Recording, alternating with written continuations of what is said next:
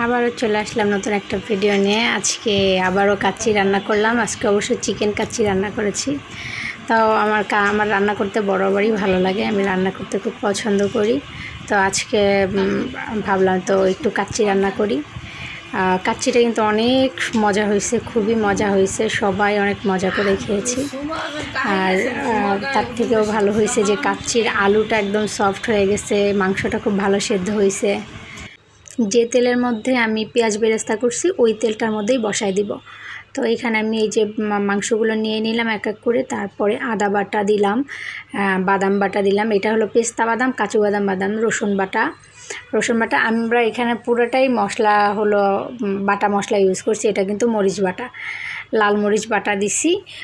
কোনো রকমের হলুদ ব্যবহার করি নাই, লাল মরিচ বাটাটা হলো পেস্ট করা, পাটায় বাটা। আর দেওয়া হয়েছে এখানে টক দই দিলাম, একটু টমেটো সস দিলাম, অল্প পরিমাণে টমেটো সস দিছি, অল্প পরিমাণে সয়া সস দিছি।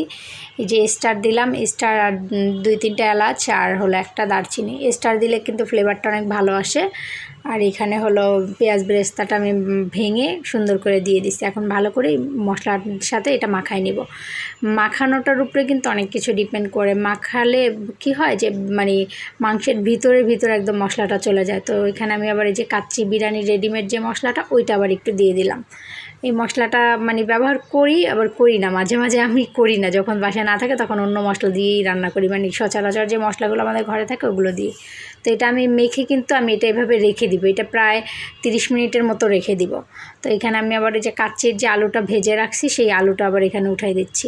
আলুটা দিলে কিন্তু খুব ভালো হয়। আর কাচ্চির আলু কে না পছন্দ করে, আমাদের সবার খুব পছন্দ কিন্তু কাচ্চির আলু। এখানে আবার আমি ওই যে ভাতটা রান্না করার জন্য পানি নিয়ে নিছি, পানির মধ্যে যে মশলাগুলো দরকার হয়, রেডিমেড কাচ্চি মশলাটা নিয়ে আসছিলাম, কিন্তু কাচ্চি মশলার ভিতরে যে একদমই শাহি জিরা নাই, 2-1টা শাহি জিরা আছে, আর শুধু কতগুলো তেজপাতা আর তেজপাতা, মানে তেজপাতার দাম মনে হয় কম, শুধু তেজপাতা দিয়ে রাখছে, আর কিছুই দেয় না। রেডিমেড মশলা মানে মনে হয় ফাঁকা। তো আমি আবার এখানে স্টার, একটু লেবু কাইটা, তারপরে মশলা যা আস্ত মশলাগুলো দিয়ে ভাতটা আমি রান্না করে নিচ্ছি। ভাতটা আমি ফুল একদম পুরোপুরি রান্না করব না, ভাতটা আমি 80% রান্না করব, আর যে 20% সেটা হলো আমি রান্না করব হলো দমে। তো এই যে ভাত হয়ে গেছে, আমি এবার লেবুটা উঠায় ফালাই দিলাম, দিছি, সাথে ওই যে স্টার ছিল, স্টারটা আবার বেশিক্ষণ রাখবো না, এই কারণে স্টার 2টাও উঠায় ফালাই দিছি। তো এখানে আমি এই যে মাংসটা নিয়ে নিছি, মাংসটার মধ্যে আমি আমি কিন্তু চালটা ছেঁকি না, আমি ডাইরেক্ট পানি থেকে উঠায় সুন্দর করে লেয়ার করে দিয়ে দিচ্ছি। ফার্স্টে আমি 1 লেয়ার দিব, তারপরে আবার আরেক লেয়ার দিব। আর আমি ভাত ছেঁকি না, কারণ আমি সবসময় করি কি যে ভাতটা উঠাইয়ে ডাইরেক্ট দিয়ে দিই, যেহেতু মাংসটা আমি আগেই সব কিছু ম্যারিনেট করে রেখে দিয়েছি, তো এখানে ভাত ছেঁকার দরকার হয় না। তো আমি ভাতটা উঠাইয়ে ডাইরেক্ট দিয়ে দিচ্ছি। তো এখানে আমি 3টা আলু বোখারা দিচ্ছি। আলু বোখারা আমার একদম পছন্দ না, না দিলে আরও বেশি পছন্দ করি, কিন্তু দিতে সবাই যেহেতু দেয় কাচ্চিতে, তাই দিলাম আর কি। তো আমি অল্প কিছু কিশমিশ, অল্প একটু আলু বোখারা দিয়ে একটু ফুড কালার দিচ্ছি, যাতে একটু দেখতে আকর্ষণীয় লাগে, এর জন্য দিয়ে হালকা একটু পেঁয়াজ বেরেস্তা দিয়ে এইটার উপরে আমি আবার লেয়ার দিব, আরেকটা লেয়ার দিব।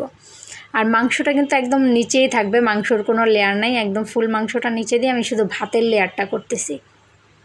এই যে আমি দ্বিতীয় লেয়ারটা আবার দিয়ে নিচ্ছি এক এক করে।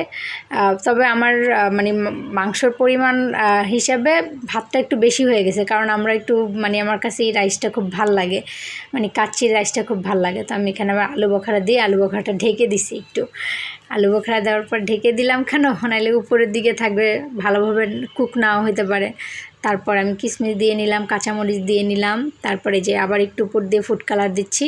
ফুড কালারটা কিন্তু আমি পানি মিক্স করে নিছি, একটু পানি মিক্স করে পাতলা করে নিছি। তারপরে যে আমি আবার একটু 1 কাপ পরিমাণে দুধ দিয়ে দিলাম। 1 কাপ হবে না, এখানে দুধটা একটু বেশি হয়ে গেছিলো, আর একটু কম দেওয়া দরকার ছিল, আমি আবার একটু বেশিই দিয়ে ফেলছি। তারপরে যে আমি আবার ঘি দিয়ে দিচ্ছি উপর থেকে। আর ঘিটা দিলে কিন্তু যখন আমরা এটা দম থেকে উঠাবো, ঢাকনাটা ওঠানোর পরে সুন্দর একটা স্মেল আসে, ঘিয়ের যে স্মেলটা, ওইটা দিয়ে এখন উপর দিয়ে যা পেঁয়াজ বেরেস্তাটা ভালো করে দিয়ে দিচ্ছি, সম্পূর্ণটা দিয়ে এখন আমি এটাকে আটা দিয়ে সিল করে দিব। আটাটাও আগে আমি গোলায় রাখছি, ওটা তো দেখানোর কিছু নেই, এর জন্য আর ওটা দেখাই নেই। তো আমি এই যে আটা দিয়ে সুন্দর করে এটাকে সিল করে দিব। এই যে আটা দিয়ে আমি সিল করতেছি। আমি যতবারই এটা আটা দিয়ে সিল করি কোনো না কোনো দিক দিয়ে ফুস করে ফাঁকা হয়ে হাওয়া বের হয়ে যায়। তা আমি আবার একটু আটা রেখে দিই, যে যেখান থেকে হাওয়া বেরোবে ওখানে আবার চাপ দিয়ে আটা লাগাই দিব। তো কালকে আমার ওই বাটিতে যেটুকু ছিল ওইটুকু আবার ধুয়ে টুয়ে রেখে দিচ্ছে, আমার বোনের মেয়ে ধুয়ে রেখে দিছে, এর জন্য আর করতে পারি না। তো এই যে আমার কিন্তু অলরেডি আমি দমে বসাই দিছি, সুন্দর মানে হয়ে গেছে, দম শেষ হয়ে গেছে। দম থেকে আমি দমে রাখছি, যেহেতু চিকেনের তো দমে কম টাইম রাখতে হয়েছে, দমে হলো 35 মিনিটের মতো আমি রাখছি। রাখার পরে কিন্তু এই যে আমার ফাইনাল লুক। তারপরও হালকা একটু মানে গোশটা হালকা একটু মানে লাগছে, তবে সবাই বলতেছে যে হ্যাঁ দমে দেওয়ার পরে যখন হালকা একটু লাগে তখন স্মেলটা নাকি আরও ভালো লাগে, কিন্তু কোনো স্মেলই আসে নাই, জাস্ট একটু লাগছে। আর একদম পারফেক্ট একটা বিরিয়ানি হয়েছে, মানে কি বলবো, অনেক টেস্ট হয়েছে, সবাই একদম পেট ভরে খাইছে। আমার কাছেও খুব ভালো লাগছে, বিশেষ করে আমার আপু অনেক বেশি খাইছে, আপু 2 প্লেট খাইছে, আবার রাতেও সেই কাচ্চি খাইছে, খুবই মজা হয়েছে। আর যারা আপনারা আমার ভিডিওটা দেখেন, যদি আমার ভিডিওটা ভালো লাগে প্লিজ লাইক করবেন, কমেন্ট করে জানাবেন ভিডিও কেমন হয়েছে, শেয়ার করবেন। সবাইকে অসংখ্য ধন্যবাদ আমার ভিডিওটা দেখার জন্য। আল্লাহ হাফেজ।